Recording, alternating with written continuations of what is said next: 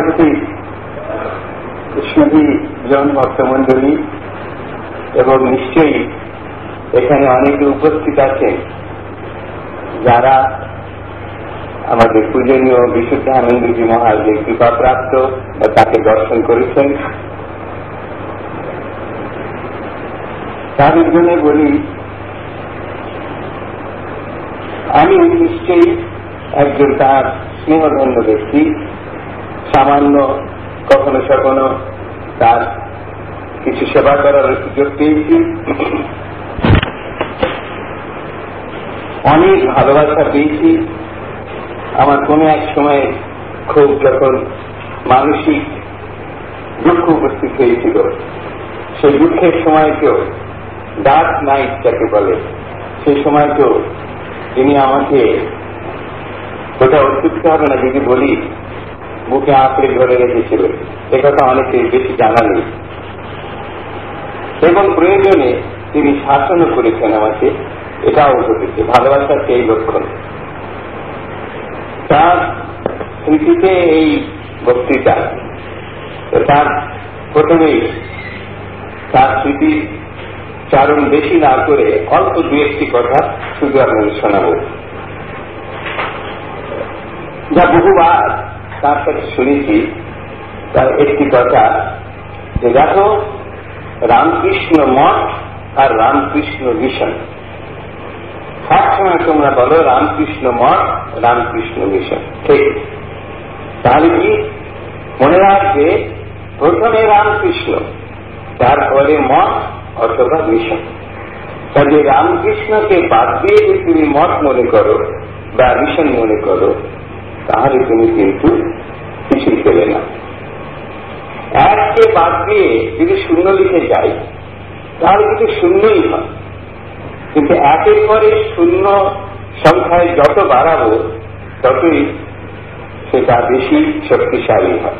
তাই মনে রেখো, রামকৃষ্ণ আগে, পরে মঠ বা মিশন, যা বলো তা। আরেকটি ঘটনা বলি। রাঁচিতে যখন স্যানিটোরিয়ামে ছিল তখন আমারই একটা খুব প্রিয় কুকুর ছিল, নাম তার বাঘা, অ্যালসেশিয়ান ডগ।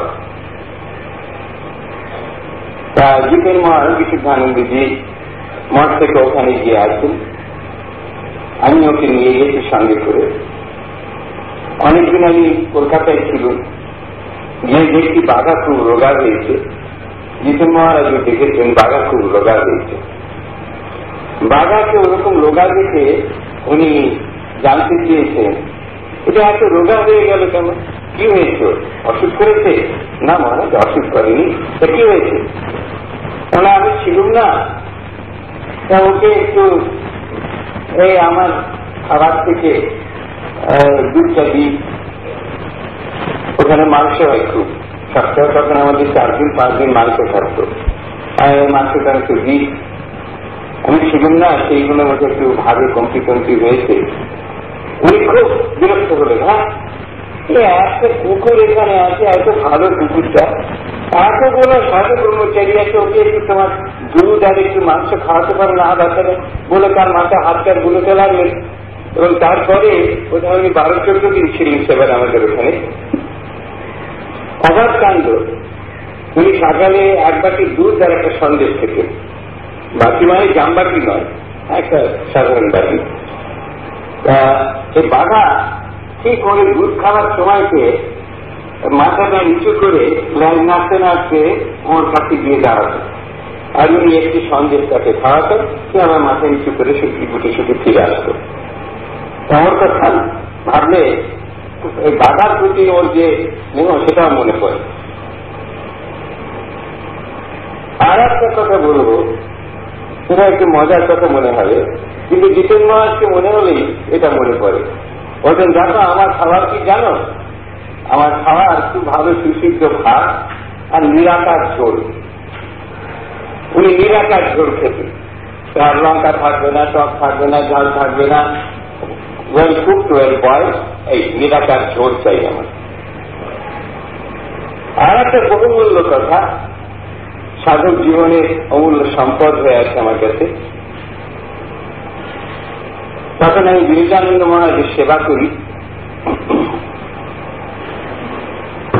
এত কাজের চাপ যে বেলুর মঠে আছি এবং বিরজানন্দ মহারাজ থাকতে স্বামীজির পাশের ঘরে, পশ্চিম দিকের ঘরে, যে ঘরে আপনার দেখেছেন সূর্যি মহারাজকে।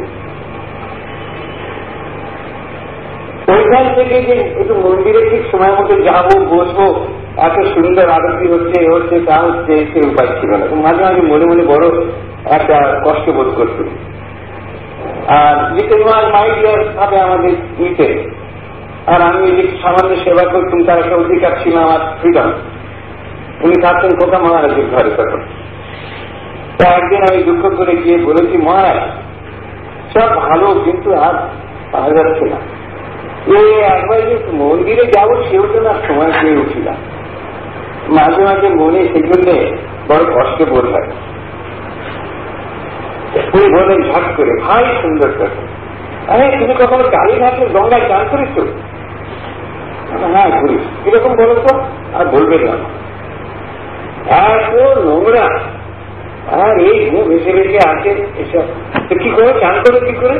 বলে কোন রকমের দু হাতের উপরে শরীরটাকে ডুবতে উঠে পড়ি।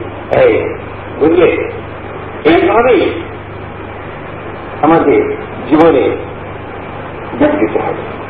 কোন রকমে একবার ডুব দিতেই হবে। যত ঝামেলা থাক, যত অসুবিধে থাক, যত কষ্ট থাক, কিন্তু এই সব আবর্জনাকে, এই গুপ এবং আর যেসব ভেসে ভেসে আছে সেগুলোকে দু হাতে ঠেলে একবার একটু ডুব দিয়ে উঠতে হবে। তা না হলে গঙ্গা স্নান হবে না, আর গঙ্গা স্নান না হলে শুদ্ধি হবে না, শুদ্ধি না হলে ইষ্ট লাভ হবে। এইটুকুই বলছি পরিস্থিতির কথা সম্বন্ধে। আজকে একটু বিষয়, এমন বিষয় যে বক্তা শ্রোতা যে যা ইচ্ছে করতে পারে, কেন ঠাকুর সকলের ঠাকুর শ্রীরামকৃষ্ণ, বিদ্যান মূর্খ সকলেরই অধিকার আছে। মজা কি জানি, ভগবান সর্বশক্তিমান, সর্বব্যাপী, তিনি একমাত্র হর্তা কর্তা বিধাতা স্রষ্টা, সবই ঠিক। কিন্তু এমন আশ্চর্যের ব্যাপার যে আমরা, অর্থাৎ যারাই ভগবানকে মানি, যে দেশেরই হই না কেন, যে ভাষাভাষী হই না কেন, পোশাক আহার যে রকমেরই হোক না কেন, ঈশ্বরে যারা বিশ্বাস করেন তারা সকলে একই কথা বলেন, ভগবান এক, অল পাওয়ারফুল, অমনিপোটেন্ট, অমনিপ্রেজেন্ট, তিনি সর্বানুষ্ঠিত, তিনি সর্বশক্তিমান, ইত্যাদি ইত্যাদি, তিনি ছাড়া কেউ নেই, এই বলি। কিন্তু আশ্চর্য কি, আশ্চর্য এটা বলি, কিন্তু আমরা যেমন নামরূপ কর্মে আবদ্ধ, ঠিক সেই রকম আমাদের ভগবানকেও আমরা আবদ্ধ করে ফেলি। তার কারণ খুব সোজা, অসীমকে সীমার মধ্যে আনা যায় না। কিন্তু এই যে সীমিত, আমরা আমাদের ভগবানের সম্বন্ধে অনেকটা ভাবি একরকম করে, কিন্তু বাস্তবে দেখি ওই সীমিত করে আমরা ফেলি ভগবানকে। আর সেই জন্য কত জপ, কত ধ্যান, কত সাধন, কত ভজন, কত তপস্যা, কত সেবা, কেন ভগবানও এর অধিক, এইরকম একটা যেন আমাদের মনে এসে যায়। বাস্তবিক কি তাই? তত নয়। তাহলে তো তিনি পরতন্ত্র হয়ে যেতেন, তত নয়। তিনি তো সবসময়ই আছে, সর্বত্রই আছে, সকলের কাছেই আছে। এতে চাইলে সুলভ, না চাইলে দুর্লভ, না চাইলে তার তো মূল্য নেই, আমরা তো গ্রহণ করবো না। সেই জন্যই ওই চাওয়াটুকু শুধু, কাজে আন্তরিকতাটাই যেন একমাত্র মন্ত্র বা একমাত্র উপায় বলে মনে হয়। কিন্তু জাতি, ধর্ম, গুণ, অবস্থা নিশ্চয়ই এসব নিরপেক্ষ ভগবান বা ঠাকুর, তা না হলে তিনি স্বতন্ত্র কেমন করে হতেন। যাই হোক, আজ আমরা দেখব শ্রীরামকৃষ্ণ কেমন করে সকলের ঠাকুর হয়েছিলেন। গ্রামের ঝোপঝাড়, মাঝে মাঝে বড় গাছ, আঁকা বাঁকা হাঁটা পথে যেন লুকিয়ে নিজেকে আড়ালে রেখে চলেছে একজন। হাতে তার বনফুলে গাঁথা মালা, জঙ্গলে ফোটা ফুল আর ঘরে তৈরি নাড়ুমোয়া। চিল শাখারি আর ধৈর্য ধরতে পারে না। কতদিন থেকেই সে দেখেছে গ্রামের কিশোর গজাই ঘুরে বেড়ায়, চলাফেরা করে এই ঝোপঝাড়ের মধ্য দিয়ে। চিল শাখারি দেখে গজাই তো নয়, তার ইষ্ট কৃষ্ণ কিশোর। কতদিন ছুটে চেয়েছে, বুকে ধরতে ইচ্ছা করেছে। নিষ্ঠাবান ব্রাহ্মণ ক্ষুদিরামের ছেলে গদাধর কামারপুকুরের দরিদ্র চিনি সাঁতারি ভয়ে নিজের আবেগকে স্তব্ধ করে রেখেছে। কিন্তু আবেগ যখন হয় উদ্দাম, আকুলতা হয় ব্যাকুল, ভয় তখন তার ক্ষমতা হারিয়ে ফেলে। হয়তো কথায় চলতে চলতে এসে গেছে। চিনি সাঁতারির শরীরে শিহরণ, হাত কাঁপছে। কাঁপা হাতে গদাইকে ধরে তার গাঁথা মালা পরিয়ে দিল, কত আদরে মোয়া নাড়ু খাইয়ে দিল। বুকে চেপে ধরেছে গদাইকে, গদাইকে নয় তার ইষ্টকে। পাছে পালিয়ে যায়, তাই জোর করে গদাইয়ে নরম হাত ধরেছে। ভুলে গেছে চিনু তার নিজের হাত কত কর্কশ। গদাইকে লাগবে চিনু সাঁতারি তার ঠাকুরের স্পর্শ পেয়েছে। শুধু চিনু সাঁতারি শ্রীরামকৃষ্ণের স্পর্শ পায়, পেয়েছে আরো অনেকে। কামারপুকুরের ছেলে মেয়ে, যুবা, বৃদ্ধ বৃদ্ধারা সন্ধ্যাকালে বালক গদাধর উপস্থিত হতেন পুরাণ পাঠ বা গানের আসরে। অপূর্ব পাঠে ও ব্যথার সকলকে মাতিয়ে রাখতেন। রমণীর নৃত্য করতেন, সকলের মন কেড়ে নিতেন মধুর কণ্ঠে, সঙ্গীতের মূর্ছনা। মনোরঞ্জন করতেন নতুন গল্পে। তাই প্রতি সন্ধ্যায় তার প্রতীক্ষায় থাকত সকলে। তিনি ছিলেন সকলের প্রিয় গদাধর। মানিক রাজার আমবাগানের সঙ্গীতের সঙ্গে অভিনয়, পরম আনন্দযুক্ত স্কুলের বালকদের। বালক গদাধর চলেছে গ্রামের মেয়েদের সঙ্গে অদূরে আনন্দের বিশাল আত্মিক কাছে। প্রসন্নময়ী আছে তাদের সঙ্গে। পথে দেবীর নাম কীর্তনে বাচ্চাগান হারা হলেন গদাধর। দিশাহারা ভক্ত রমণীরা সহসা তিন কর্তব্য বিমূঢ় হলেন। কিছু কি আশ্চর্য! হঠাৎ প্রসন্নময়ীর নেতৃত্বে তারা গদাধরকে দেবী জ্ঞানী প্রার্থনা জানাল। কি প্রার্থনা করলেন? অদ্ভুত কথা।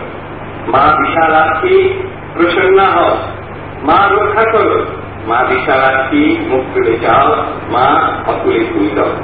পৌঁছেও বালক গদাধরে। প্রসন্নময়ীর কাছে বালক গদাধর ছিল সত্য সত্যই ঠাকুর। বালক গদাধর শ্রীরামকৃষ্ণ সাধন শেষে এসেছে নিজ জন্মভূমি কামারপুকুরে। আগেই পাগল বলে রটে গেছে, কিন্তু গ্রামের মানুষ দেখল সেই ক্রীড়া কৌতুক হাস্য পরিহাস প্রিয় শ্রীরামকৃষ্ণরূপী গদাধর। প্রতিবেশী মহিলারা এসেছেন শ্রীরামকৃষ্ণের কাছে। সদারামে তিনি মগ্ন। কথার ফাঁকে ভাবাবেশ হল তার। সে দৃশ্য দেখে তাদের মনে হল মিল হয়ে সচ্চিদানন্দ সাগরে সাঁতার কাটতেন। শ্রীরামকৃষ্ণ হলেন তাদের একমাত্র ভালোবাসার ঠাকুর। কারা দেখল মিল হয়ে সচ্চিদানন্দের সাঁতার দিচ্ছে, সচ্চিদানন্দ সাগরে সাঁতার দিচ্ছে? কারা দেখবে? তারা এরকম এলিট না, তারা গ্রামের মেয়েরা, তারা দেখছে। গঙ্গার ধারে মন্দির চত্বরের এক কুঠুরিতে থাকেন এক গ্রাম ধরে। গঙ্গা স্নান করে, মন্দিরে কিছু কাজ সারেন, আর নিজে গোপালের পুজো করেন। ছোট্ট গোপালের মূর্তি। নিজের জন্য যা সামান্য রান্না করে তাই গোপালকে ভোগ দিয়ে প্রসাদ পান। ক্রমে ব্রাহ্মণী দেখেন গোপাল আর ঠাকুর মূর্তিতে আসতে নেই। গোপাল ভোগ দেবার আগে টেনে খায়, বিরক্ত করে। আদরকার ব্রাহ্মণী চলেছেন গোপালকে বলে নিয়ে দক্ষিণেশ্বরে শ্রীরামকৃষ্ণের ঘরে। বিহ্বল ব্রাহ্মণী গোপালের মা কোলে গোপাল, কাঁধে কাঁধে গোপালের মাথা, ব্রাহ্মণীর গায়ে গোপালের মুখের স্পর্শ, গোপালের টুকটুকে রাঙা পা ব্রাহ্মণীর বুকের উপর ঘুরছে। শ্রীরামকৃষ্ণের ঘরে এই অবস্থায় পৌঁছে ব্রাহ্মণী দেখেন শ্রীরামকৃষ্ণ গোপাল হয়ে আকুল ভাবে গোপালের মার জন্য প্রতীক্ষা করছে। কোলে গোপাল আর গোপাল যে শ্রীরামকৃষ্ণ একার মা, শ্রীরামকৃষ্ণই যে গোপালের মা গোপাল। আরো অনেক আগের কথা, তখন শ্রীরামকৃষ্ণ গদাধর, তরুণ গদাধর কামাতুর গায়ে ছেলে মেয়েদের সভা, গভীর আকর্ষণ, পরম প্রীতি তাদের মধ্যে। পাইন বাড়ির মেয়েরা গদাধরকে দেখতে না পেলে ব্যাকুল হয়ে গেছে। ধর্মদাস লাহার কন্যা, প্রসন্নময়ী প্রভৃতি বয়স্কার মহিলারা গদাইকে বালগোপাল রূপে এবং তাদের চাইতে কম বয়স তাকে শ্রীকৃষ্ণ বলে দেখেন। তিনি যে আকর্ষণ করেন, তিনি যে বুঝিয়ে দেন তাদের কৃষ্ণ ঠাকুর শ্রীরামকৃষ্ণ তখন গদাধর। কাকারি বাড়িতে মজুরবাবু পাইকারি করতে করতে শ্রীরামকৃষ্ণের ঘরের বারান্দা থেকে তাকিয়ে দেখেন তাঁর ইষ্ট স্বয়ং ভবতারিণী যে বারান্দা দাঁড়িয়ে হাঁটছে। একদিকে কৃষ্ণে ভবতারিণী, অন্যদিকে হাঁটলে শ্রীরামকৃষ্ণ, মজুরবাবুর ইষ্ট ঠাকুর শ্রীরামকৃষ্ণ। দক্ষিণেশ্বর কালীবাড়ির প্রতিষ্ঠাত্রী ও শ্রীরামকৃষ্ণের আশ্রয় দাত্রী রানী রাসমণি মা ভবতারিণীর কাছে আসেন মাঝে মাঝে। ভক্তি বিভাগ শ্রীরামকৃষ্ণের পূজা লক্ষ্য করেন। ধারণা হল শ্রীরামকৃষ্ণের পূজায় দেবী জাগ্রতা হবে। আদিক জেলের মন্দিরের কর্মচারীদের শ্রী ঠাকুরের পূজায় কোন বাধা না লিখে রাসমণি গানও শোনেন শ্রীরামকৃষ্ণের মধুকণ্ঠে। এমনি একদিন তন্ময় চিত্তে গান শুনছেন রানী, রুক্ষস্বরে ধমক দিয়ে রাসমণির কোমল দিয়ে আঘাত করলেন শ্রী ঠাকুর। অপ্রতিভ ও অনুতপ্তা রানী পরীক্ষা করে বুঝতে পারলেন নিজ অন্তরের কথা। গুরুজী কর্মচারীদেরও আদেশ দিলেন কিছু না বলতে। রানী রাসমণি দেখেছিলেন শ্রীরামকৃষ্ণকে পবিত্রতা প্রেমস্বরূপকে প্রগাঢ় ঈশ্বরানুরাগী। শ্রীরামকৃষ্ণের কাকার ছেলে, আমি একের পর এক বলে যাচ্ছি, ঠাকুর সকলের ঠাকুর কিরকম করে তার পরিবেশ, তার পরিবর্তন, তার আশেপাশের মানুষদের ছবিগুলি আমি প্রথমে আপনাদের কাছে ভাবার চেষ্টা করছি। শ্রীরামকৃষ্ণের কাকার ছেলে রামতারক এসেছেন কালীবাড়িতে। হরধারী নাম শ্রীরামকৃষ্ণের দিক, হরধারী পণ্ডিত, নিষ্ঠাবান সাধক, শাস্ত্রাদিতে পারল। দেবী পূজার প্রতি হলেন মথুরের অনুরোধে, যদিও তিনি বিষ্ণু ভক্ত। শ্রীরামকৃষ্ণের তখন সাধন হয়, তার আচার আচরণ ভালো লাগত না হরধারী, যথেচ্ছাচারী বলতেন। আবার শ্রীরামকৃষ্ণের ভাবাবেশ, প্রেমধারা, ঈশ্বর লাভের জন্য অপূর্ব ব্যাকুলতায় বর্ণিত হতেন হরধারী। সন্দেহের গোড়ায় প্রদুল্যমান ছিলেন, তবুও তিনি দেখতেন শ্রীরামকৃষ্ণের ভিতর ঈশ্বরীয় আবেশ। মা ভবতারিণীকে হরধারী বলতেন তামস। শ্রীরামকৃষ্ণের স্পর্শে মাকে দেখলেন শুদ্ধ সত্যময়ী ত্রিগুণময়ী রূপে, আর সেই সঙ্গে দেখলেন শ্রীরামকৃষ্ণের মধ্যে সাক্ষাৎ ঈশ্বর প্রকাশ। প্রত্যক্ষ করলেন তার মধ্যে সাক্ষাৎ জগদম্বার আবির্ভাব। শ্রীরামকৃষ্ণের পাদপদ্মে ভক্তি ভরে অঞ্জলি দিলেন পুষ্পাঞ্জলি। শ্রীরামকৃষ্ণের সেবক হৃদয় সম্পর্কে ভাবি বহু বছর সেবা করেছেন শ্রীরামকৃষ্ণের, কৃতজ্ঞতা স্বীকার করেছেন শ্রীরামকৃষ্ণ। বিশেষত সাধনকালে হৃদয় না থাকলে শ্রীরামকৃষ্ণের জীবন রক্ষা কঠিন হতো। কিন্তু কম কষ্ট দেয়নি শ্রীরামকৃষ্ণকে, সহ্য করতে পারতেন না শ্রীরামকৃষ্ণ এত কষ্ট দিতে। সেই হৃদয় মামাকে ধরলেন ভাব সমাধির জন্য। প্রথমে রাজি হলেন না তিনি, বললেন তার সেবাতে হবে হৃদয়ের পরবর্তী। কিন্তু নাট্যর বাংলার হৃদয়ের জন্য তিনি মার কাছে প্রার্থনা করলেন যাতে হৃদয়ের ভাব হয়। ভাবও হল না। সে অবস্থা হৃদয় দেখলেন কি? দেখলেন শ্রীরামকৃষ্ণ স্থূল রক্ত মাংসের দেহধারী মানুষটিকে নয়, দেখলেন দীর্ঘ দেহধারী জ্যোতির্ময় সাক্ষাৎ দেবতার উপরে। কিন্তু ঠাকুরের পরিবারের লোকদের কাছে তিনি ছিলেন ঈশ্বর পুরুষ। শ্রীরামকৃষ্ণ তখন কঠোর সাধনায় মগ্ন। বৈষ্ণব শাস্ত্রী সুপণ্ডিতা ও তন্ত্রে শিক্ষা ভৈরবী ব্রাহ্মণী তত্ত্বাবধানে শ্রীরামকৃষ্ণ সাধনরত। তার দ্রুত দেহাবয়বে ফুটে উঠেছে বিভিন্ন আধ্যাত্মিক লক্ষণ সকল। মতুল প্রকৃতির ধারণা এগুলি ব্যাধি মাত্র। ভৈরবী ব্রাহ্মণী প্রথম থেকেই বলে আসছেন যে এগুলি শাস্ত্রসম্মত ভাব। এটা পরীক্ষার জন্য দক্ষিণেশ্বরে বলেছে ছোট্টখাট্ট পণ্ডিত সভা। নিমন্ত্রিত হয়েছে অন্যান্য পণ্ডিতদের সঙ্গে কলকাতার বৈষ্ণব সমাজের সাধক চূড়াময়ী বৈষ্ণব চরণ ও বাঁকুড়া বিদেশের সিদ্ধ তান্ত্রিক গৌরী পণ্ডিত। সভা সমস্তে সোচ্চারী ভৈরবী ব্রাহ্মণী শ্রী ঠাকুরের অবস্থা বর্ণন করলেন, আহ্বান করলেন তার যুক্তি খণ্ডানোর জন্য। সাধক পণ্ডিত বৈষ্ণবচরণ শ্রীরামকৃষ্ণকে মহাপুরুষ বলে চিনতে পেরেছিলেন প্রথম দর্শনে। ব্রাহ্মণের কথা ঠাকুরকে অনুমোদন করে, কিন্তু তিনি শান্ত থাকেননি। ভক্তি শাস্ত্রে উল্লিখিত 19টি মহাভাবের প্রকাশ শ্রীরামকৃষ্ণ দেহে পরিস্ফুট, এই কথাও ঘোষণা করলেন তিনি। শ্রীরামকৃষ্ণের প্রতি ভালোবাসা ও শ্রদ্ধা বৃদ্ধি পেল তাঁর। উল্টে নিজের গোপনীয় সাধন রহস্যের কথা বলে মতামত নিয়ে নিলেন শ্রীরামকৃষ্ণের কাছ থেকে। বৈষ্ণবচরণ নিজের সম্প্রদায় কর্তা ভাজার আঘাতে নিয়ে তাকে পরীক্ষা করে সম্মান জানালেন অটুট সহজ বলে। তার দৃষ্টিতে শ্রীরামকৃষ্ণ ছিলেন ঈশ্বর অবতার। জনসমক্ষে একথা প্রচার করতেন তিনি। দক্ষিণেশ্বরে তান্ত্রিক সাধক গৌরী পণ্ডিতের শিক্ষায় হরণ করেছিলেন শ্রীরামকৃষ্ণ মা জগদম্বার কৃপা। এই শিক্ষায় হরে গৌরী ছিলেন অপরাজয়। শিক্ষায় হরণে গৌরী শ্রীরামকৃষ্ণের বশ্যতা স্বীকার করেছিলেন। এই কাজটি করেছিলেন গৌরীর কল্যাণের জন্য। বৈষ্ণবচরণের মতামতকে অনুমোদন করলেন গৌরী। তিনিও তপস্যাত্মক সূক্ষ্ম দৃষ্টিতে শ্রীরামকৃষ্ণকে দেখেছিলেন মহাপুরুষ। বৈষ্ণবচরণের চেয়ে আরো এক হাত এগিয়ে গিয়ে গৌরী বলে উঠে, যাহার অংশ হইতে যুগে অবতারীরা লোককল্যাণ সাধনে জগতে অবতীর্ণ হইয়া থাকেন, যাহার শক্তিতে তাহারা ওই কার্য সাধন করেন, আপনি তিনি। এমনি হল যে শ্রী ঠাকুরের সংগঠিতে ও ঈশ্বর চিন্তায় কয়েক মাস তিনি থেকে গেলেন দক্ষিণেশ্বরে। শেষে শ্রীরামকৃষ্ণের কাছে আশীর্বাদ ভিক্ষা করলেন ঈশ্বর বস্তু লাভের জন্য। এ যেন নিজ গুরুর কাছে হৃদয়ে আন্তরিক প্রার্থনা। মুখ্যপ্রকার আমরা বলি ভগবান করুণা,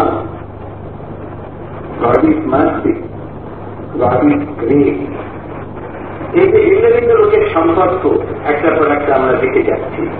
সব ক্ষেত্রেই আমরা কি দেখতে পাচ্ছি? দেখছি পাচ্ছি যে যা দেখতে পাচ্ছিল না, যার যা সন্দেহ ছিল সে সন্দেহ দূর হয়ে যায়। যার ঈশ্বর অনুভূতি হচ্ছিল না সে অনুভূতি পাচ্ছে। বলতেই অনুভূতি সম্পন্ন হয়ে যাচ্ছে। যাকে গান করেছে শ্রীরামকৃষ্ণ সঙ্গে, শ্রীরামকৃষ্ণ স্পর্শে, শ্রীরামকৃষ্ণ কৃপা। এই কৃপাকেই করতে পারে, ঠাকুর করতে পারে। ঠাকুর মানে ভগবান। সর্বদর্শনে পণ্ডিত সুপণ্ডিত রামকৃষ্ণ নারায়ণ শাস্ত্রের কিছুকাল সাধু সন্ন্যাসীদের থাকার সুভদ্রবস্ত্রের সুবাদে এসেছিলেন দক্ষিণেশ্বর কালীবাড়িতে। শ্রীরামকৃষ্ণের সঙ্গে পরিচয় হল। আলাপ আলোচনায় দিন কাটতে থাকল। সেই সঙ্গে বৃদ্ধি পেল ভক্তি ভালোবাসা। শাস্ত্রী শ্রীরামকৃষ্ণের মধ্যে দেখলেন বেদান্ত নির্বিকল্প সামাজিক, দেখলেন সামাজিক অপরোক্ষ অনুভূতি প্রভৃতি শব্দমাত্র শ্রবণে শ্রীরামকৃষ্ণের ভাব সামাজিক, যা তিনি এত বছর ধরে কঠোর পরিশ্রম করে কণ্ঠস্থ করেছিলেন। আর এখানে দেখছেন এটা প্রত্যক্ষ দৈনন্দিন দ্বারা যেন ব্যবহার। শাস্ত্রীজির মন থেকে দূর হয়ে গেল পাণ্ডিত্য ও মহামহোপাধ্যায়ের অভিমান। ঠিক করলেন কিন্তু ঠাকুরের কাছে শাস্ত্রোক্ত ব্রহ্মজ্ঞানের চাবিকাঠি পেতে হবে। নিরক্ষর ঠাকুর তো, আর ইনি মহাপণ্ডিত, সরদর্শনী সুপণ্ডিত। তিনি সুযোগ যে শ্রীরামকৃষ্ণের কাছে নিজ মনোবাসনা জ্ঞাপন করলে তিনি ধরে বসলে সন্ন্যাস দীক্ষার জন্য। নাচের বান্দার শাস্ত্রী দিতে এড়াতে পারলেন না, শ্রীরামকৃষ্ণ সন্ন্যাস দীক্ষা দিলেন শাস্ত্রী দিতে। পণ্ডিত নারায়ণ শাস্ত্রী সন্ন্যাস গুরু হলেন শ্রীরামকৃষ্ণ। বর্তমান রাজ্যের সভা পণ্ডিত বেদান্ত পণ্ডিত ভদ্রলোচন এসেছেন কলকাতায় আরিয়াগঞ্জ, দেখা করতে চললেন শ্রীরামকৃষ্ণ ঋতুকে সঙ্গে। প্রথম দর্শনে শ্রীরামকৃষ্ণের প্রতি ভদ্রলোচনের ধারণা হয়েছিল আধ্যাত্মিক মহাপুরুষ করে। এরপরেও কয়েকবার পরস্পরের মধ্যে সাক্ষাৎ হয়েছিল। সেই সুবাদে ভদ্রলোচনের শিক্ষায় ধারণ করেছিলেন শ্রীরামকৃষ্ণ মা অবতারিণীর নির্দেশে। তারপরে শ্রীরামকৃষ্ণ হয়ে গেলেন তার কাছে সাক্ষাৎ ঈশ্বর অবতার। পরে যখন মথুর পণ্ডিত সভা করেছিলেন দক্ষিণেশ্বরে, তখন তাকে ওখানে যাবার আহ্বান জানালে বলেছিলেন ভদ্রলোচন ঠাকুরকে, তোমার সঙ্গে হাঁড়ির বাড়িতে গিয়ে খেয়ে আসতে পারি। মথুরের সঙ্গে চলেছেন শ্রীরামকৃষ্ণ কালনায় সিদ্ধ বৈষ্ণব বাবাজি ভগবান দাসের আসছে। সঙ্গে ভাগ্নি বিজয় বাবাজির সঙ্গে সাক্ষাৎ করবেন। বাবাজি ছিলেন বৈষ্ণব সমাজের শীর্ষস্থানীয় নেতা। তার কথাই শেষ কথা। কলকাতার গুরুচরা হরিসভায় শ্রীরামকৃষ্ণের চৈতন্যাসন গ্রহণের সংবাদ বাবাজির কাছে পৌঁছেছিল এবং তাতে তিনি কটুবাক্য সহ বিরক্তি প্রকাশ করেছিলেন। সর্বাঙ্গে বস্ত্রাবৃত হয়ে প্রভু রথ আছে, সর্বাঙ্গে বস্ত্রাবৃত হয়ে শ্রীরামকৃষ্ণ বাবাজির আশ্রমে প্রবেশ করে দীর্ঘভাবে ভক্তমন্ডলীর সঙ্গে বসে বাবাজি বৈষ্ণবীয় বিধান শুনছিলেন। খুব ড্রামেটিক। সিদ্ধ বাবাজি সাধন সাহেব বুঝতে পেরেছিলেন যে একজন মহাপুরুষের আগমন হয়েছে। যখন বাবাজি আমি দাঁড়াইব, আমি লোক শিক্ষা দিব ইত্যাদি নিজের মতামত প্রকাশ করছিলেন, তখন শ্রীরামকৃষ্ণ দেখিয়ে দিলেন তার অহমিকা গোষ্ঠী। ওই যে সর্বাঙ্গ বস্ত্রাদিত ছিল, একেবারে ঘন্টা খুলে গেল। বাবাজি প্রথমে অবাক হল, তপস্যা প্রকৃত সরলতার সহায়ে হৃদয় করতে পারলেন তার কথাগুলি। প্রস্ফুটিত অন্তর্দৃষ্টি বাবাজিকে করল বিনীত ও নম্র। তিনি দেখলেন শ্রীরামকৃষ্ণের শরীরে অপূর্ব ভাব বিকাশ। ধারণা হল তাকে অসাধারণ পুরুষ করে। শ্রীরামকৃষ্ণকে প্রণাম করে ক্ষমা প্রার্থনা করলেন চৈতন্যাসনের ব্যাপারে কটুবাক্য বলার জন্য। ভগবান দাস বাবাজি শ্রীরামকৃষ্ণের মধ্যে অনুভব করলেন তার ইষ্ট শ্রী চৈতন্যকে। শ্রীরামকৃষ্ণ ছিলেন পণ্ডিত সাধকেরও ঠাকুর, নিজের গুরুদেরও ঠাকুর ছিলেন শ্রীরামকৃষ্ণ। নিজেদের প্রেমিক সাহিকা ভৈরবী ব্রাহ্মণী শ্রীরামকৃষ্ণের মধ্যে কৃষ্ণকে অবতার বলে ঘোষণা তিনি প্রথম করেছিলেন। আবার ভৈরবী ছিলেন অদ্বৈত সাধনার বিরোধী। তিনি থেকে ঠাকুরের কৃপায় বুঝতে পেরেছিলেন তার সাধনার অপূর্ণতার কথা। অপূর্ণতা হতে পূর্ণতা আনয়নের জন্য তপস্যা করতে দক্ষিণেশ্বর ত্যাগ করেছিলেন। শ্রীরামকৃষ্ণের বেদান্ত সাধনার গুরু শ্রোতাপুর 40 বছর সাধনা করে অর্জন করেছিলেন নির্বিকল্প সমাধি। তারই কাছে সাধনায় দীক্ষিত হয়ে শ্রীরামকৃষ্ণ সেই অবস্থা লাভ করলেন মাত্র 3 দিনে। অবাক হয়ে গেছিলেন শ্রোতাপুর। যাব করে শ্রীরামকৃষ্ণের সঙ্গ করলেন 11টি মাস। তিনি ব্রহ্মের শক্তিকে তো মানতেন না, ভক্তিমার্গে ছিল তার অনভিজ্ঞতা, কিন্তু শ্রীরামকৃষ্ণের কারসাজিতে মা ভবতারিণীর কৃপায় শ্রোতাপুরী শক্তিকে মানলেন। তার রোগ যন্ত্রণা লাঘবের জন্য গঙ্গার নিজের জীবন বিসর্জন দিতে গিয়ে কেউ জানে। আর রামায়ণ সাধু জটাধারী তার ইষ্ট রামলালার অবাধ দর্শন পেতেন না, মাঝে মাঝে দর্শন হতে চান। সাধনা অগ্রসর হতে দর্শন আরো ঘনীভূত হল। সে সময় তিনি হলেন দক্ষিণেশ্বর। শ্রীরামকৃষ্ণ রাম মন্ত্রে দীক্ষিত হলেন জটাধারীর কাছে। তারপরে ক্যাপ্টারটি অপূর্ব। শ্রীরামকৃষ্ণের সাহচর্যে জটাধারী পেলেন রামলালার অবাধ দর্শন। নিত্য পূজিত বহু সাধে রামলালাকে হস্তান্তর করলেন শ্রীরামকৃষ্ণের হাতে। শ্রীরামকৃষ্ণ তার নিজ গুরুকে পূর্ণতা প্রদান করে হলেন তাদেরও ঠাকুর। রোমাঞ্চকর ঘটনা। যত আমরা দেখব ঠাকুরের সঙ্গে সম্পর্ক, ঠাকুর যার যার কাছে গিয়ে প্রকাশিত হচ্ছে, সবই অপূর্ব পৌরাণিক কথা বলে মনে হয়। খুব অল্প দিন বলে আমরা বিশ্বাস করি, তা নাহলে যেমন সব নানান রকম এখন বই বেরুচ্ছে, এরকম অনেক পুরাণ হবে। রামকৃষ্ণ পুরাণ একের পর এক হতে থাকবে। রামকৃষ্ণ ভাগবত হয়ে গেছে, পুঁথিটা আগেই ছিল, আরো অনেক হবে, কারণ এত ভালো মেটেরিয়াল সহজে পাওয়া যায় না। নানা সম্প্রদায়ে নানাভাবে ভাবিত ভক্ত ও সাধক হৃদয়ে শ্রীরামকৃষ্ণের এই রকমের আবির্ভাব, অনুভূতি ও দর্শন দৃষ্টে শ্রীরামকৃষ্ণ লীলা প্রসঙ্গকার শারদানন্দজি মহারাজের কথা স্মরণ হয়। করেছেন ঈশ্বর অনুরাগী ব্যক্তিগণ যে সম্প্রদায় ভুক্ত হন না কেন, তিনি তাহাদিগকে চিরকাল পরম আত্মীয় জ্ঞান করিতেন এবং যাহাতে তাহারা নিজ নিজ পথে অগ্রসর হইয়া পূর্ণতা প্রাপ্ত হন তদ বিষয়ে অকাতরে সাহায্য প্রদান করিতেন।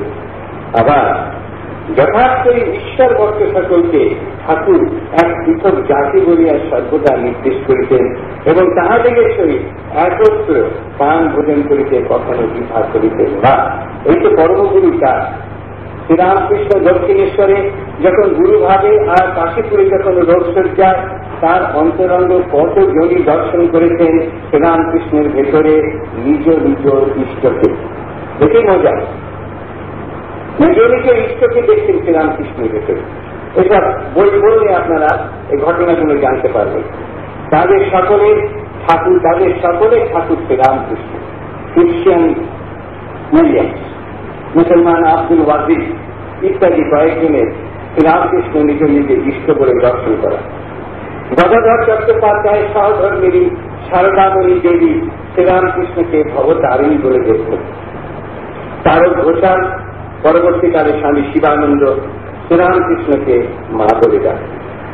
স্বামী বিবেকানন্দ ঠাকুর যে শ্রীরামকৃষ্ণ, এটা প্রশ্নাতীত। আরো কত বহুজনের অন্তরের অনুভূতি কি তা তো প্রকাশ হয়নি। ডাক্তার মহেন্দ্রলাল সরকার শ্রীরামকৃষ্ণের গলরোগের চিকিৎসা করেছিলেন হোমিওপ্যাথি মতে, যদিও তিনি ছিলেন তখনকার দিনের লব্ধ প্রতিষ্ঠ এমডি, বিজ্ঞান সভার সংস্থাপক, মেডিকেল সায়েন্স পত্রিকার পরিচালক। তিনি শ্রীরামকৃষ্ণের চিকিৎসা করতে এসেছিলেন বৈজ্ঞানিক দৃষ্টিভঙ্গি নিয়ে, কিন্তু ডাক্তার সরকার পরিবর্তিত মানুষ হয়ে গেলেন শ্রীরামকৃষ্ণের দর্শনে ও কথোপকথনে।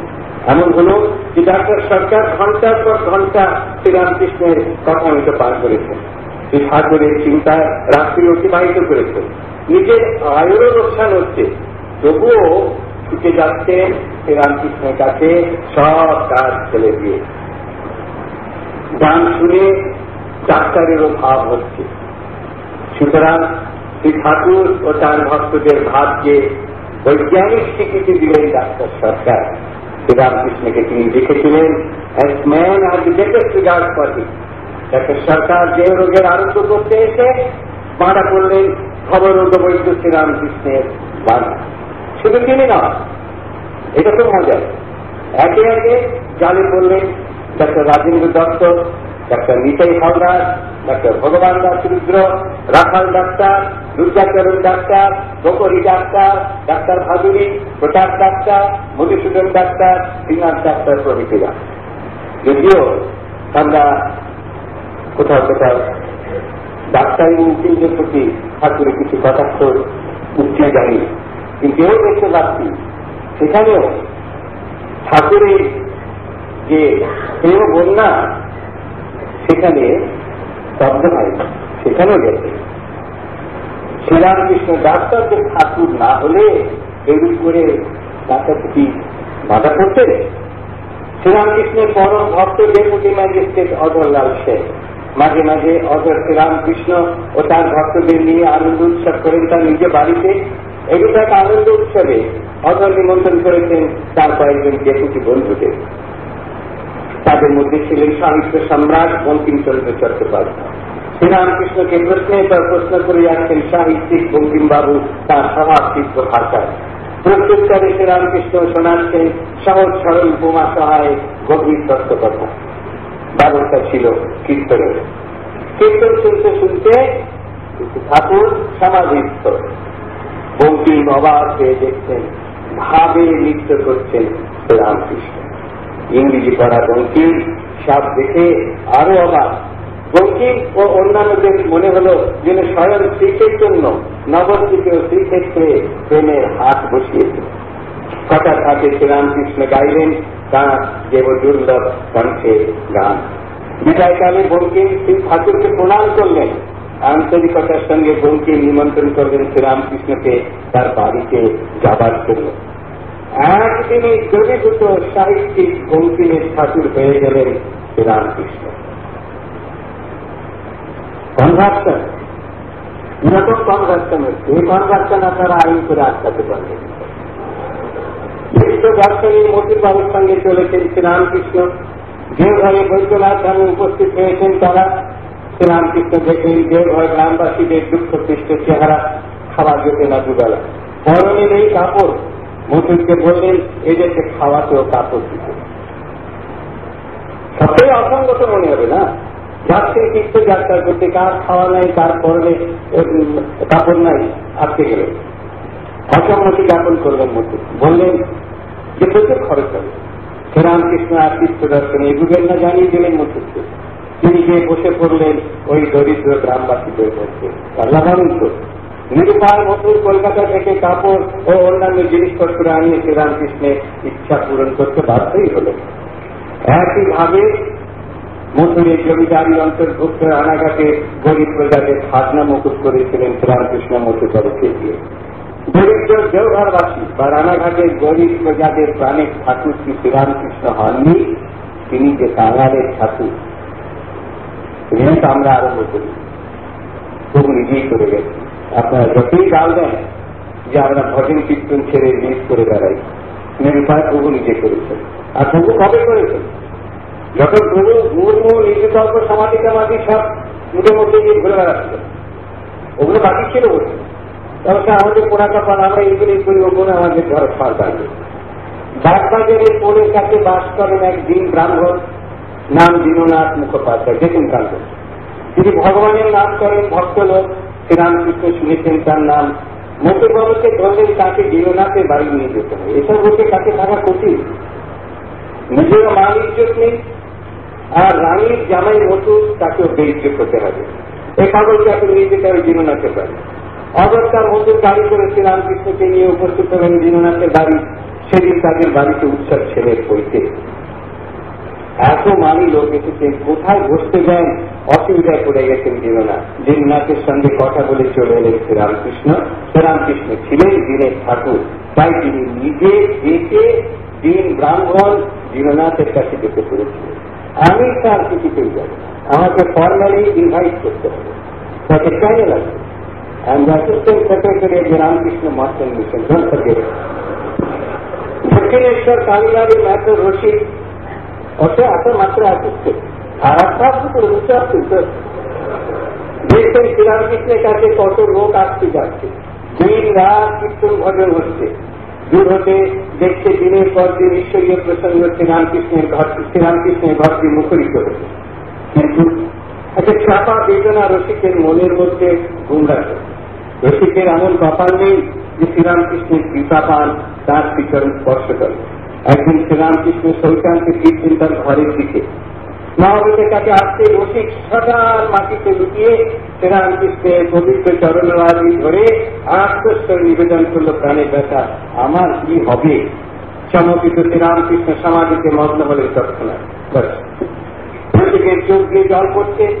সমাধি থেকে নেমে এসে শ্রীরামকৃষ্ণ সান্ত্বনা দিয়ে বললেন, তোর সব হল। বললেন সেই সময় তিনি রসিককে নিয়ে যাবেন।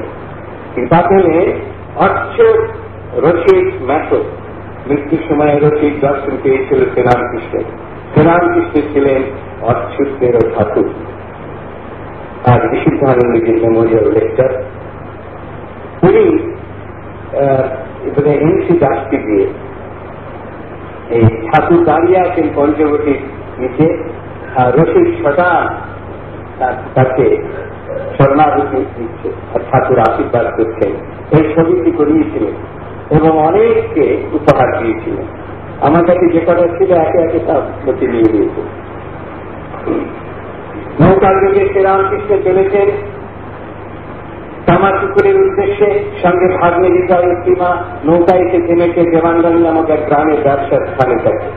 ওখানেতে হেঁটে যাবেন কামারপুকুরে, কিন্তু বিধিবাদ। আকাশে কালো মেঘের আনাগোনা, বৃষ্টি বেশ পড়ছে, সন্ধ্যা আগত প্রায়। রাত্রির আশ্রয়ে সন্ধান করতে গেলেন হৃদয়। দেবানগঞ্জে বেশ কয়েকজন ধনাঢ্য ব্যবসায়ীর বাস। তারই মধ্যে এক ভক্তিমান মোদক তৈরি করেছিলেন একটি ঘর। তার মনে সাধ ছিল সেই ঘরটিতে যেন কোন সাধু ব্যক্তির প্রথম বাস হয়, তিনি রাত্রি যেন বাস হয়। হৃদয়ের বাসার খোঁজ করতে এলে ওই মোদক সব জেনে পরম সমাদরে বাড়িতে রেখে দিলেন সঙ্গী সহ শ্রীরামকৃষ্ণকে। সঙ্গী মানে কে আবার? মাতাচুর সঙ্গে এক সশক্তি মহানন্দে মোদক তাদের সেবায় তৎপর হলেন গ্রামে লব্ধ সর্বোত্তম উপাদেয় খাদ্য সামগ্রীর সাহায্যে। পরে যুগীর বৃষ্টির প্রকোপে মোদকের বাড়িতে থাকতে হল শ্রীরামকৃষ্ণকে। ভক্ত মোদকের ইচ্ছা পূরণ হল এবং প্রাণ ধরে সেবা করতেন তাদেরকে। মোদকের কাছে শ্রীরামকৃষ্ণ ছিলেন ভক্ত বাঞ্ছা পূর্ণকারী, ভক্ত প্রিয়, ভক্ত প্রাণ, ভক্ত প্রীতিদানকারী ঈশ্বর। নাট্যকার গিরিশ ঘোষের তখন খ্যাতি খুব। তার রচিত চৈতন্য লীলা অভিনীত হচ্ছে বিজন স্ট্রিটের স্টার থিয়েটারে। গিরিশ তখন শ্রীরামকৃষ্ণের সঙ্গে ঘনিষ্ঠ সংস্পর্শে আসেননি। একদিন সদল বলে শ্রীরামকৃষ্ণ উপস্থিত হয়েছেন স্টার থিয়েটারে চৈতন্য লীলা দেখবেন বলে। চৈতন্যের ভূমিকায় অভিনয় করছিলেন নটি বিনোদিনী। বিনোদিনী ও সকল অভিনেতা অভিনেত্রীর অভিনয়ে ভাবাবিষ্ট শ্রীরামকৃষ্ণ দেখলেন আসল নকল এক। আশীর্বাদ করলেন বিনোদিনীকে, চৈতন্য হোক, this is great, this is mercy, explanation চাইছেন। কিন্তু বিনোদিনী নটি তার চৈতন্য লীলায় চৈতন্যের ভূমিকা দেখে ভগবান আশীর্বাদ করছেন চৈতন্য হোক। সেই থেকে থিয়েটারের নর্তকীরা যারা সমাজে বারাঙ্গনা হেয় বলে পরিচিত ছিলেন, তাদের সকলকে সমাজে স্থান করে দিলেন শ্রীরামকৃষ্ণ। এরূপভাবে শ্রীরামকৃষ্ণ দেখেছিলেন পরিহার চরিত্র, বৃষকেতু, নিমাই সন্ন্যাস ও দক্ষদেব। শ্রীরামকৃষ্ণের বঙ্গ রঙ্গমঞ্চে পদার্পণ থেকে বঙ্গ রঙ্গমঞ্চের আরাধ্য দেবতা হয়ে উঠলেন শ্রীরামকৃষ্ণ। তাই তার ছবি সকল বঙ্গ রঙ্গমঞ্চে শোভিত ও অভিনয়ের আগে তাকে প্রদান করার রীতি তখন থেকেই প্রচলিত। শুধু নটি বিনোদিনীকে আশীর্বাদ করেননি শ্রীরামকৃষ্ণ, সে আশীর্বাদ বিনোদিনীর মাধ্যমে অতীত, বর্তমান ও ভবিষ্যৎ নটনটিদের প্রতি আশীর্বাদ। শ্রীরামকৃষ্ণ হলেন বঙ্গ রঙ্গমঞ্চ তথা নটনটিদের ঠাকুর। শ্রীরামকৃষ্ণের ভিক্ষা মাতা ধনী কামান্নী ঠাকুর ছিলেন শ্রীরামকৃষ্ণ। সমস্ত সামাজিক নিয়ম বাধা ছিন্ন করে ব্রাহ্মণ গদাই পরম আনন্দে নিজ জাতি আর ধনীকে বরণ করে নিয়েছিলেন ভিক্ষা মাতা রূপে। সেই যুগে ধনী রান্না করা খাদ্য কেড়ে খেতেন গদাই। ধনীর ভগ্নী শঙ্করী কামারনীর মনোগত ইচ্ছা ছিল ঠাকুরকে রান্না করে খাওয়াবেন। ঠাকুরও শঙ্করীর ইচ্ছা পূর্ণ করেছিলেন। ঠাকুরের জন্মকালে নারী ছিন্ন করেন কামারপুকুরের ছাত্রী ভৈরবী, তিনি ছিলেন হাঁড়ি জাতীয়। ধনী, শঙ্করী, ছাত্রী ভৈরবী এরা ঠাকুরের মধ্যে কি তাদের নিজ নিজ ইষ্টকে দেখেননি? দক্ষিণেশ্বর মন্দিরের দারোয়ান হনুমান শুধু নরেশ, রাখাল, তারক, বাবুরাম না, আরো আছে বলরাম না, হনুমান মহাবীরের উপাসক ও শ্রীরামকৃষ্ণের প্রতি অনুরক্ত। এক পাঞ্জাবি পালোয়ানের মন্দিরের দারোয়ানের চাকরি করছে, বিশাল দেবতা। মুসলমান শর্ত দিলেন হনুমান সিংকে কুস্তিটা হারাতে পারলে তবেই তিনি দেবেন দারোয়ানের চাকরি। কুস্তি লড়বার দিন স্থির হল। পাঞ্জাবি পালোয়ান নিজেকে তাজা রাখবার জন্য ব্যায়াম করে ও ভালো ভালো খাবার খায়। ওদিকে হনুমান সিং দিনে একবার মাত্র খাস ও ইষ্টমন্ত্র জপ করে। এসবের দৃষ্টি আরল না শ্রীরামকৃষ্ণ। তিনি হনুমান সিংকে স্নেহ করতেন। তিনি হনুমানকে জয় পরাজয়ের ফলাফল সম্বন্ধে জিজ্ঞাসা করলেন, তাকে একা হইতেছে। উত্তর দিলেন, হনুমান, আপনার কৃপা থাকে তো আমি নিশ্চয়ই জয়লাভ করব। ঠাকুরের কৃপায় জয়লাভ করব হনুমান। হনুমান সিং এর কাছে শ্রীরামকৃষ্ণ হলেন তার ইষ্ট।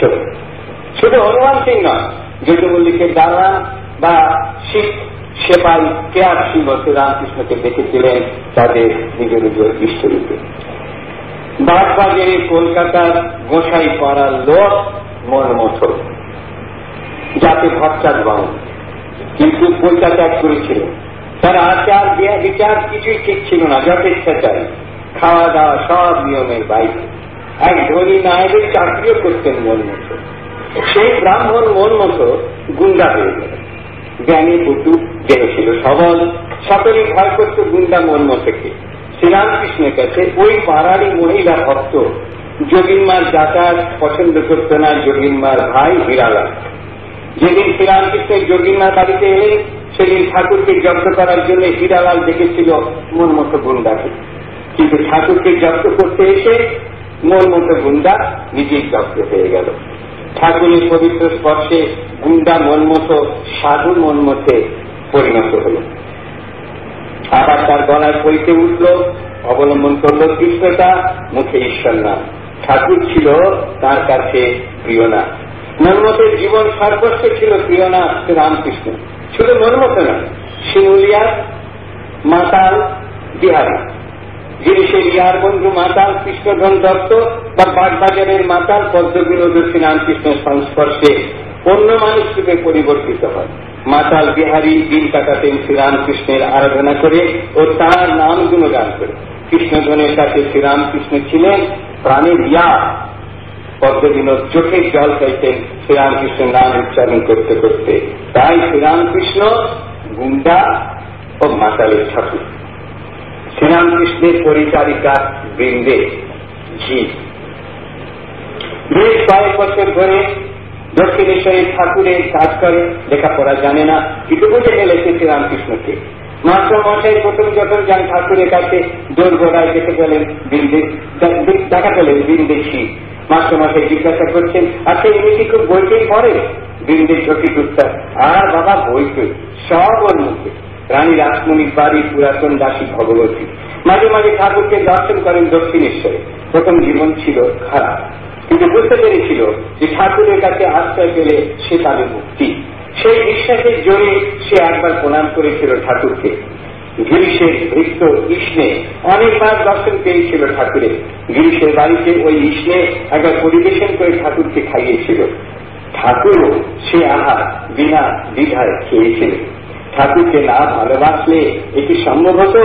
ঝি চাকরদের ঠাকুর শ্রীরামকৃষ্ণ এমনি করে তাদের হৃদয় সিংহাসনে বসেছিলেন। গিরিশ নাট্যকার, মহাকবি ও অভিনেতা। শ্রীরামকৃষ্ণ স্টার থিয়েটারে চৈতন্য লীলা দর্শনের পর মাতাল গিরিশ ভক্ত গিরিশে পরিণত হন। ভৈরবাংশে জাত 5 শিকা 5 আনার বিশ্বাসী মূর্তি গিরিশকে কিন্তু প্রণাম অস্ত্রে পরাজিত করেছিলেন শ্রীরামকৃষ্ণ। স্টার থিয়েটারে শ্রীরামকৃষ্ণকে দর্শনের আগে গিরিশের সঙ্গে বেশ কয়েকবার সাক্ষাৎ হয়েছিল ঠাকুরের, কিন্তু ঘনিষ্ঠতা হয়নি। আবার গিরিশ ও শ্রীরামকৃষ্ণের কাছে সহজে ধরা দেয়নি, ঠাকুরকে খুব করে বাজিয়ে নিয়েছিলেন। তবেই তিনি ঠাকুরের শিক্ষণে নিজেকে সঁপে দিয়েছিলেন। তাই স্বয়ং শ্রীরামকৃষ্ণ গিরিশের ভাগ নিয়েছিলেন। আর গিরিশও বকলমা দিয়ে আমি আমার বলার অধিকার হারালেন। অবকাশ রইল না তাঁর সুখ দুঃখের হর্ষ বিষাদে। প্রতি পদে প্রতি নিঃশ্বাসে ঠাকুরের উপর ভার দিয়ে সহজ বকলমার কঠিন পরীক্ষা দিলেন জীবনের শেষ দিন পর্যন্ত। গিরিশের ঠাকুর শ্রীরামকৃষ্ণ অপূর্ব তাদের লীলা। কোন কাজে ঠাকুর কোনদিন নিষেধ করেননি গিরিশকে। ঠাকুর বলতেন যে ও সব কাটিয়ে উঠবে। তাই গিরিশও তাকে নিয়েছিলেন পরম আশ্রয়দাতা রূপে। সুরাপানে মস্ত হয়ে গিরিশ ঘোড়ার গাড়ি করে একদিন উপস্থিত হলেন দক্ষিণেশ্বরে। মদের বোতল গাড়িতে ফেলে এসেছেন। ঠাকুর সেবক লাটুকে পাঠাচ্ছেন বোতল আনতে। আবার রাত্রিতে এসেছেন দক্ষিণেশ্বরে বন্ধুর সঙ্গে দেহের গিরিশ ঠাকুরের টানে। গিরিশের গলা শুনে ঠাকুর এলেন বাইরে। মদ্যপানে বিভর গিরিশের হাত ধরে হরিনাম করে নাচতে লাগলেন ঠাকুর। জগাই মাথায় একবার হরিবোল হরিবোল একযুগে হয়েছিল।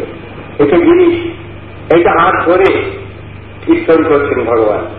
সে স্নেহের স্পর্শে দ্রবীভূত হল গিরিশের মন। পরে বলেছিলেন গিরিশ, খুব ভালো কথা, পরে বলেছিলেন গিরিশ তিনি আমাকে আমার মতো ভালোবাসতেন। আমি কখনো বন্ধু পাইনি, কিন্তু তিনি আমার পরম বন্ধু, যেহেতু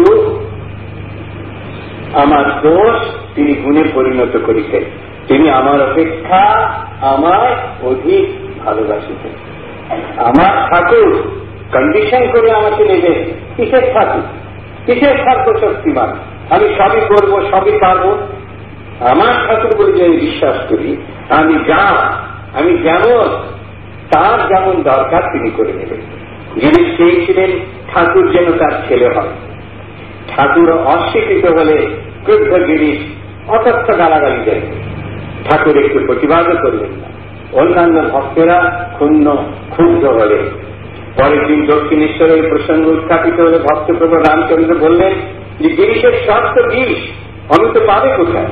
যেই বলা গাড়ি নিয়ে ঠাকুর ছুটলেন গিরিশের কাছে। যেতেই গিরিশ বললেন, আজ বুঝেছি তুমি সেই।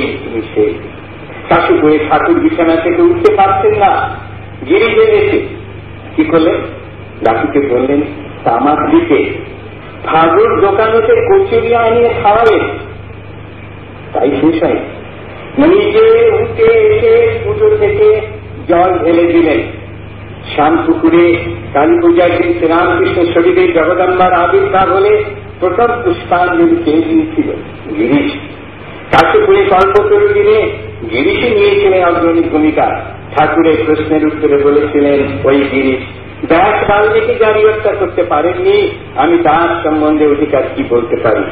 গিরিশের আরো বিশ্বাস ছিল ঠাকুরের পুজ রক্ত কীর্তিকা খেয়ে উদ্ধার হয়ে যাবে।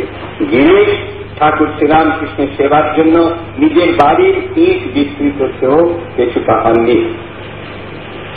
শ্রীমৎ শারদানন্দজি যথার্থই তাই লিপিবদ্ধ করেছেন।